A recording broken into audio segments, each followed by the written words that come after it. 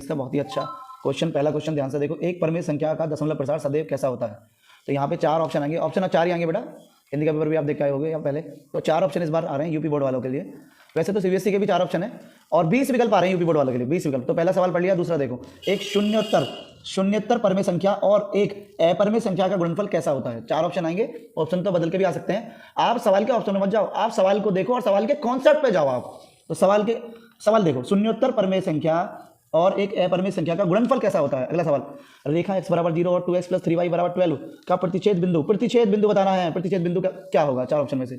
अगला, वह सबसे बड़ी संख्या जिससे 70 और 125 को विभाजित करने पर क्रम से शेषफल 5 और 8 प्राप्त होता है। समझ गए? तो वो बड़ी संख्या बतानी है, क्रम से शेषफल 5 और 8 प्राप्त होना चाहिए। अगला सवाल 5वां, 2x + ay = 1 तथा 3x - 5y = 7 का कोई भी हल नहीं है तो a का मान बताओ। और सिंपल है बहुत ज्यादा। अगला सवाल, 2x² - 4x + 3 = 0 के बारे में निम्न कथनों पर विचार करो। 4 कथन दिए हुए हैं, 4 कथन में से या तो a और b सही है, या a और d सही है, या c और d सही है, या केवल a सही है। तो जो सही ऑप्शन में वो आप देख लेंगे। कॉन्सेप्ट क्लियर होगा तो बता देंगे, रटने की कोई जरूरत नहीं है। कॉन्सेप्ट क्लियर करो मेरे प्यारे, तभी टॉप मारोगे। अगला सवाल, AOBC एक आयत है, रेक्टेंगल है, आयत है, जिसके 3 शीर्ष दे रखे बेटा, a 0,3, o 0,3 again and b 5,0। तो इसका विकर्ण बताओ, डायगोनल बताना, विकर्ण बताना कि विकर्ण कितना होगा। अगला सवाल जल्दी से देखते हैं। समीकरण x² + kx - 5/0 = 0। अगेन बोलता हूं, x² + kx - 5/4, 5/4 बराबर 0 दे रखा है। एक रूट, एक मूल दे रखा है उसका 1/2। अगर एक मूल 1/2 है तो k का मान बताओ। सिंपल, बहुत आसान सवाल। अगला सवाल, 2 त्रिभुज समरूप होते हैं, 4 कंडीशन दे रखी है, कहां होते हैं वो बताना है। 10वां सवाल, यदि एक समकोण त्रिभुज ABC में कोण C बराबर 90 डिग्री, AC बराबर 3 सेंटीमीटर और BC बराबर 4 सेंटीमीटर, तो बिंदु C से जाने वाली माध्यिका की माप बताओ। माध्यिका मतलब मीडियन बताओ, ठीक है। तो 4 ऑप्शन आपके सामने। अगला सवाल, एक समचतुर्भुज के विकर्णों की लंबाई 16 तथा 12 सेंटीमीटर है, तो इस समचतुर्भुज की भुजा की लंबाई बताओ। समचतुर्भुज की भुजा की लंबाई बताओ, ठीक है। 11 क्वेश्चन हो चुके हैं, 4 ऑप्शन इसमें दे रखे होंगे। अब चलते हैं सीधे 12वें क्वेश्चन पे। सीधे 12वें क्वेश्चन पे चलते हैं मेरे प्यारे। 2 समरूप त्रिभुज हैं, उनकी भुजाओं का अनुपात दे रखा है 4:9, तो इनकी त्रिभुजों के क्षेत्रफल का अनुपात बताओ। बहुत बढ़िया कॉन्सेप्ट है, प्रमेय है, कर लेना इसको। अगला सवाल, ट्रिग्नोमेट्री का सवाल देखो। 4 tan थीटा 4 tan थीटा = 3, तो 4 sin थीटा - cos थीटा बटे 4 sin थीटा + cos थीटा का मान बताओ। बहुत बढ़िया, लाल बटे कक्का से कर सकते हो, पाकिस्तान भूखा प्यासा हिंदुस्तान हरा भरा, वो वाले कॉन्सेप्ट से कर सकते हो चाहो तो, त्रिभुज बना के, ट्रायंगल बना के। अगला सवाल, sin 75 डिग्री बटे cos 15 डिग्री का मान क्या होगा? सिंपल। अगला सवाल 15वां सवाल, एक वृत्त का परिमाप वर्ग के परिमाप के बराबर है, तो उनके क्षेत्रफल का अनुपात बताइए। बहुत बढ़िया। अगला सवाल, 2 गोलों के आयतनों का अनुपात 64:27 है, उनके पृष्ठीय क्षेत्रफल का अनुपात बताइए। सरफेस एरिया का अनुपात बताओ। अगला सवाल 17वां, 1 से 10 तक की धनात्मक विषम संख्याओं का समांतर माध्य क्या होगा? बहुत अच्छा सवाल है, 4 ऑप्शन दे रखे हैं। अगला, माध्यिका को आलेखीय विधि द्वारा निम्न में से किससे प्राप्त किया जाता है? तोरण से, आयत से, बहुभुज से, कोई नहीं। ये 4 ऑप्शन इस तरह से दे रखे हैं। अगला, यदि कुछ प्रेक्षणों का माध्य 27 है, बहुलक 45 है, तो माध्यिका बताओ। डायरेक्ट फॉर्मूला इसका तो एक बार में कर दोगे। और लास्ट सवाल, वर्गीकृत आंकड़ों की से अधिक प्रकार और से कम प्रकार की संचयी बारंबारता, कम्युलेटिव फ्रीक्वेंसी, वक्रों के प्रतिच्छेद बिंदुओं के भुज से आंकड़ों का प्राप्त होना क्या कहलाता है? माध्य कहलाता है, माध्यिका कहलाता है, बहुलक कहलाता है, या सभी कहलाता है? सेक्शन ए कंप्लीट हो चुका है। सेक्शन बी की ओर आते मेरे प्यारे। सेक्शन बी जल्दी से आओ, 2 सेक्शन आ रहे हैं पेपर में। सेक्शन 1 20 क्वेश्चन, सेक्शन बी पे आओ और उसकी तरफ देखते हैं। उसके पहले क्वेश्चन को सारे खंड करने हैं, इसमें सभी खंड कीजिए। तो पहला क्या है? 2 क्रमागत धनात्मक पूर्णांकों का योगफल, नहीं गुणनफल, सॉरी, 2 क्रमागत धनात्मक पूर्णांकों का गुणनफल 2 है, 2 से विभाज्य है, तो यह कथन सत्य है या असत्य है ये बताइए और कारण भी दीजिए।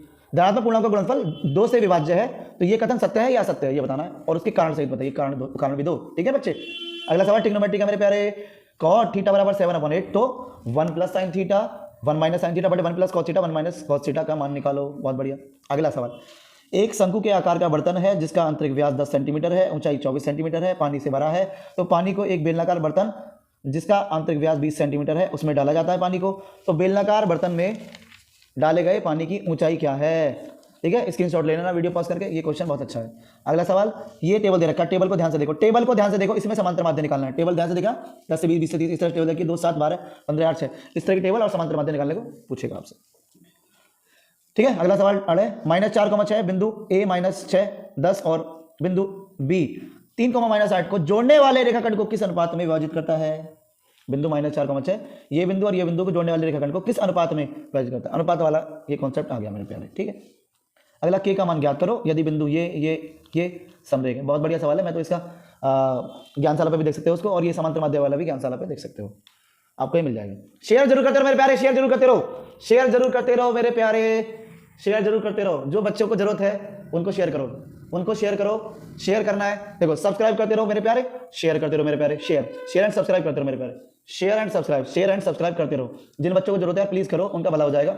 अगर ये कॉन्सेप्ट आपने ये जो मैं क्वेश्चन बता रहा हूं इनके कॉन्सेप्ट करो, कॉन्सेप्ट अगर कॉन्सेप्ट कर लेते हो पक्का कल्याण हो जाएगा मेरे प्यारे, उद्धार कर दोगे, पेपर को उड़ा दोगे पक्का। 2023 वालों तैयार हो जाओ। अगला सवाल क्वेश्चन नंबर दूसरा। अब क्वेश्चन थोड़े बड़े हो चुके हैं, 4 नंबर के आएंगे, इससे पहले 2 नंबर के क्वेश्चन थे मेरे प्यारे, अब 4 नंबर के क्वेश्चन आएंगे। ठीक है, तो देखते हैं 5 खंड दे रखे हैं इसमें। ग्राफ द्वारा जांच कीजिए कि रैखिक समीकरण ये 2x + y - 6 = 0 and 4x - 2y - 4 = 0 संगत है।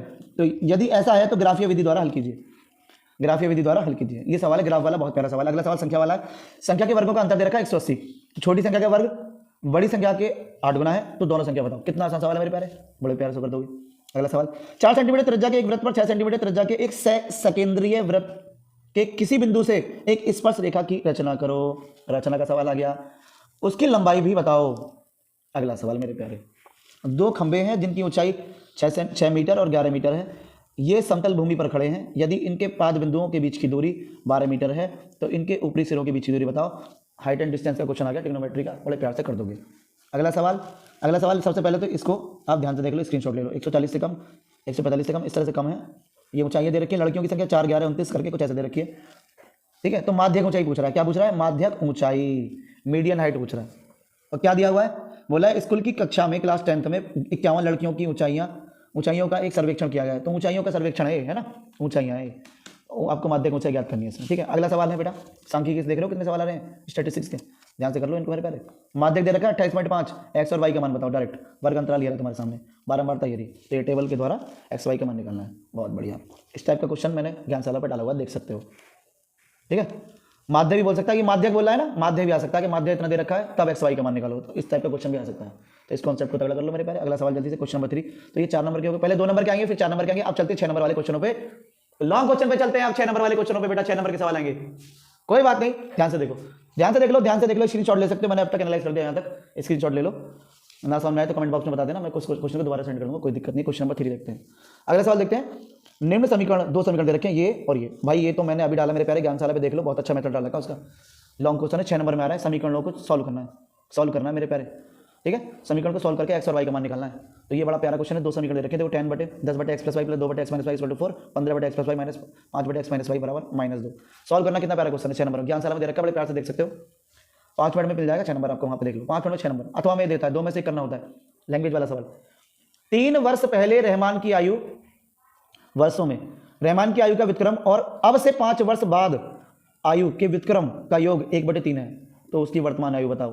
ठीक है मेरे प्यारे, हो जाएगा। अगला सवाल फिर 6 नंबर का, अथवा के 2 क्वेश्चन आएंगे, इनमें से एक करना है, जैसे कि पीछे 2 थे, एक करना था। तो चौथा सवाल आते हैं। ये ऊंचाई दूरी का सवाल है, हाइट एंड डिस्टेंस का, ट्रिग्नोमेट्री की। ठीक है ना, तो एक बहुमंजिल भवन के शिखर से देखने पर एक 8 मीटर ऊंचे भवन के शिखर और तल के अवनमन कोण, झुका हुआ कोण क्रम से 30 डिग्री है और 45 डिग्री है, ये बात पता चल गई। नेक्स्ट, बहुमंजिल भवन की ऊंचाई और 2 भवनों के बीच की दूरी याद करो। 6 नंबर का सवाल है मेरे प्यारे, बहुत आसान सवाल है, डायग्राम बनाओ, आंसर बताओ। ये समझ लो, कॉन्सेप्ट इतना हल्का है इसका। ऑफलाइन वाले बच्चों को तो मैंने सारे कॉन्सेप्ट करा के आपको भी धीरे धीरे करा दूंगा, ये मेरा वादा है, भरोसा करो। नेक्स्ट ईयर तक सारे कॉन्सेप्ट धीरे धीरे आ जाएंगे, ऑनलाइन भी। भूमि के एक बिंदु P से एक 10 मीटर ऊंचे भवन के शिखर का उन्नयन कोण 30 डिग्री है। भवन के शिखर पर एक ध्वज को लहराया गया और P से ध्वज के शिखर का उन्नयन कोण 45 डिग्री है। ध्वज के दंड की लंबाई और बिंदु P से भवन की दूरी ज्ञात करो। 6 नंबर का सवाल है, हाइट एंड डिस्टेंस का। अगेन आया है, डायग्राम बनाओ, आंसर पाओ। डायग्राम बनाने का खेल होता है इसमें, बड़े प्यार से कर दोगे। अगेन अब 5 नंबर के सवाल पे आते हैं। 5 नंबर का सवाल जो होगा वो भी 6 नंबर का होगा। जल्दी से आते हैं, ये लास्ट सवाल है हमारा, और इसमें भी 2 क्वेश्चन आएंगे 6 नंबर के, तो दोनों क्वेश्चन हम देख लेते हैं चुटकियों में। थोड़ी देर और देख लो मेरे प्यारे, स्किप मत करना, जल्दी से कॉन्सेप्ट पे ध्यान देना मेरे प्यारे। शंकु का सवाल है। एक बर्तन है, एक उल्टे शंकु के आकार का है। बर्तन उल्टे शंकु के आकार का है, इसकी ऊंचाई 8 सेंटीमीटर है। इसके ऊपर सिरे की ऊंचाई 5 सेंटीमीटर है, मतलब ऊपरी सिरा इसका खुला हुआ है, और सिरे की ऊंचाई 5 सेंटीमीटर है। यह ऊपर तक पानी से भरा हुआ है। जब इस बर्तन में शीशे की कुछ गोलियां, जिनमें प्रत्येक 0.5 सेंटीमीटर की है, 0.5 सेंटीमीटर वाला एक गोला है, मतलब गोलियां डाली जा रही हैं, तो वो गोला जो है 0.5 सेंटीमीटर का है, वो डाली जाती हैं गोलियां, प्रत्येक कितनी है 0.5 सेंटीमीटर की, तो वो बार बार डाली जा रही है। तो इसमें से भरे हुए पानी का 1/4 भाग बाहर निकल जाता है, तो बर्तन में डाली गई शीशे की गोलियों की संख्या बताओ। एनसीईआरटी का सवाल है, छपा छपाया मिल गया क्वेश्चन। इस टाइप का क्वेश्चन कर लो, लैंग्वेज वाला आ रहा है पेपर में। लास्ट क्वेश्चन, क्वेश्चन नंबर 6 अथवा में, ये मेंसुरेशन का आ चुका है। एक गोलाकार कांच के बर्तन की एक बेलन के आकार की गर्दन है, जिसकी लंबाई 8 सेंटीमीटर है, व्यास 2 सेंटीमीटर है, जबकि गोलाकार भाग का व्यास 8.5 सेंटीमीटर है। इसमें भरे जा सकने वाले पानी की मात्रा मापकर एक बच्चे ने यह ज्ञात किया कि इस बर्तन का आयतन 345 वर्ग सेंटीमीटर। अब आयतन है तो घन सेंटीमीटर होगा ना, बर्तन का आयतन 345 घन सेंटीमीटर। देखो इसमें थोड़ा मिसप्रिंट होगा बेटा। आयतन 345 घन सेंटीमीटर है। जांच कीजिए बच्चे का उत्तर सही है या नहीं है, ये मानते हुए कि उपरोक्त मापन आंतरिक मापन है।